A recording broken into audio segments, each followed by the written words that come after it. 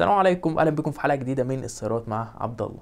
النهارده هنتكلم عن واحده من اكتر العربيات اللي بتشوفها في الشارع المصري سواء كان في شكل تاكسي او ملاكي، وهي الهيونداي اكسنت 2005 اللي بدأ ظهورها في 1998. فيلا بينا النهارده ناخد فكره شامله عن العربيه، هنعرف فيها مميزاتها وعيوبها ومتوسط سعرها في السوق المصري.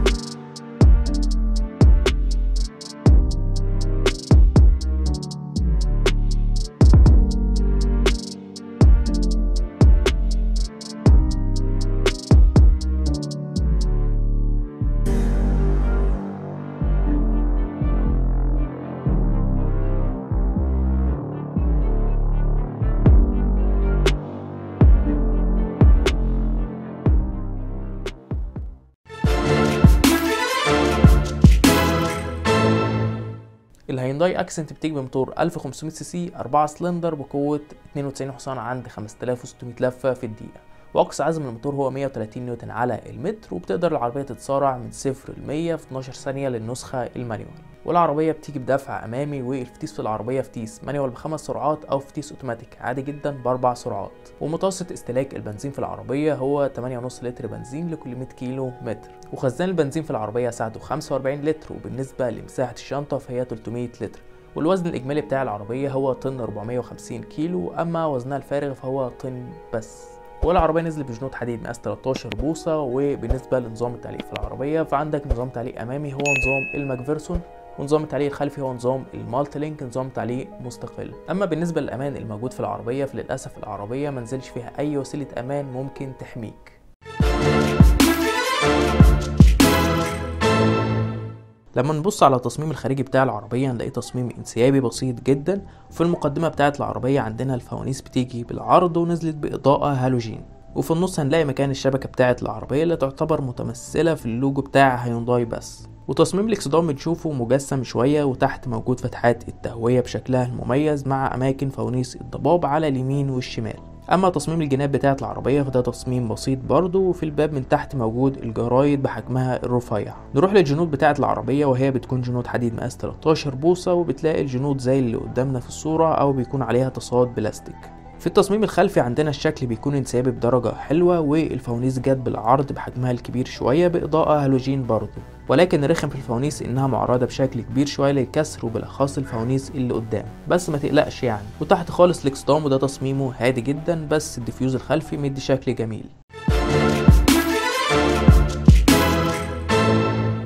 تعالوا نشوف صالون العربية. معظم الخامات بتاعة الصالون من البلاستيك الناشف، والخامات في الصالون خامات مقبولة، والبيبان تصميمها بسيط جدا، وعندك في الباب من تحت موجود مكان للتخزين ولكن مساحته صغيرة، وجنبها بنشوف السماعة. والكراسي بتاعة العربية نزلت بفرش من القماش مع البلاستيك وخامته معقولة، والكراسي بتاعة العربية مش هتكون مريحة قوي في القعدة. والطارة بتيجي بطرفين باللون الرمادي وجاية بشكلها البسيط خالص. تعالوا نروح للعدادات اللي نزلت بشكلها المتواضع كالعادة لمعظم العربيات القديمة.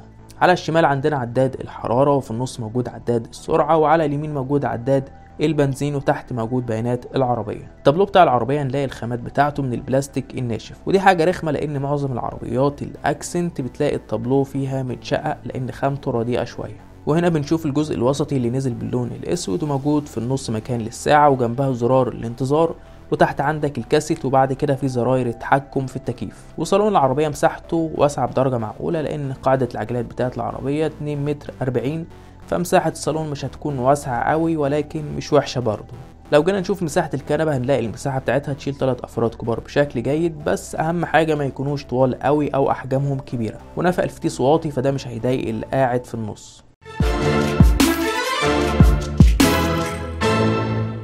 الموتور بتاع العربية 1500 سي سي بيقدم تسارع كويس، حتى لو العربية كملت العدد بتلاقي الموتور بيتسارع معاك بشكل كويس. وده بيحصل مش عشان ان الموتور قوي قوي او جبار، لا، بيحصل عشان اللي بيساعده يعمل كده هو وزن العربية الخفيف. لو نفسك في عربية مريحة في التعامل مع المطبات والشارع المكسرة فالهيونداي اكسنت هتكون اختيار كويس ليك، عشان العربية بتيجي بنظام تعليق خلفي، نظام مالتي لينك بيخلي العفشة تكون ناعمة وطرية، فبالتالي هتحس بارتياح وانت سايق العربية. نيجي بقى للسؤال الاهم، هل قطع غيار العربيه متوفره؟ احب اقول لك ان الهيونداي اكسنت مفيش اكتر من قطع الغيار بتاعتها في السوق المصري، ودلوقتي هقول لك اسعار لبعض قطع الغيار بتاعتها. عندك طقم الفوانيس الخلفي عامل 620 جنيه تقريبا، والمرايه بتعمل 485 جنيه، والاكره الداخليه بتعمل 50 جنيه. فاسعار قطع الغيار في المتناول، ما هياش غاليه قوي. لو كملت الفيديو لغايه هنا ما تنساش تعملنا بالاعجاب والاشتراك في القناه وتفعل زر الجرس عشان يوصلك كل جديد. وتكييف العربيه هتاخد منه اداء جيد في التبريد بتاعه طالما مهتم بصيانته وشاحن الفريون. وتاثير التكييف ما بيكونش كبير قوي على التسارع بتاع الموتور، لكن بيظهر بشكل كبير مع الموتور ال 1300 سي سي. لو انت من الناس اللي بتدور على العربيه توفر معاك في استهلاك البنزين، فانصحك تجيب النسخه بتاعه الموتور ال 1300 سي سي، لانها توفر معاك في البنزين بشكل كبير عن النسخه بتاعه الموتور ال 1500 سي سي. ومتوسط استهلاك البنزين في النسخه بتاعه الموتور ال 1300 سي سي على الطرق السريعه بتكون 7 لتر بنزين لكل 100 كيلو متر، وجوه البلد الاستهلاك ممكن يرفع معاك لغايه 9 لتر بنزين لكل 100 كيلو متر. التعامل بتاع العربية مع المطبات مش هيكون كويس للأسف، لأن العربية قريبة من الأرض بدرجة مش قليلة، كمان لما يكون فيها ركاب بتبقى قريبة للأرض بشكل أكبر. فلو أي مطب من المطبات الجميلة بتاعتنا قابلت العربية، للأسف العربية هتحك في المطب ده. ولما نتكلم عن العزل في صالون الهيونداي أكسنت هتلاقي إن الجودة بتاعت العزل أقل من المتوسط، يعني وانت سايق العربية تبقى سامع صوت الموتور وصوت الطريق والهواء الخارجي. الامان في الهيونداي اكسنت هيكون ضعيف جدا، لان العربيه ما فيهاش اي وسيله امان ممكن تحميك غير حزام الامان بس. كمان فرامل العربيه مش هتقدم لك اداء قوي لانها متواضعه جدا، لان ما بيدعمهاش اي نظام امان زي الاي بي اس او الاي بي دي مثلا. لما نيجي نبص على شنطه العربيه هنلاقي ان مساحتها 300 لتر، ودي مساحة أقل من المتوسط بشوية، ولكن هتقدر تشيل فيها حاجات بأحجام معقولة. لكن بشكل عام مساحة الشنطة مساحة كويسة بالنسبة لحجم ومساحة العربية. في كتير من الناس بيحبوا يمشوا على سرعات عالية لأنهم بيحبوا الجري، فأحب أقول لهم إن الثبات في الهيونداي أكسنت مش هيكون أفضل شيء، لأن أفضل ثبات للعربية بيكون عند 100 كم في الساعة، وده لو أنت سايق العربية لوحدك. اما لو معاك ركاب في العربيه فممكن تزود السرعه شويه لغايه 120 كم في الساعه. فبشكل عام الثبات في العربيه مش احسن شيء. من العيوب الشائعه جدا في الهيونداي اكسنت هي ان التابلو بتاع العربيه بيتشقق وشكله ما بيكونش لطيف، لان الخامه بتاعته ناشفه ورديئه شويه، ولكن ممكن تغيره بواحد جديد او تحط باد التابلو عشان تخفي الشقوق دي.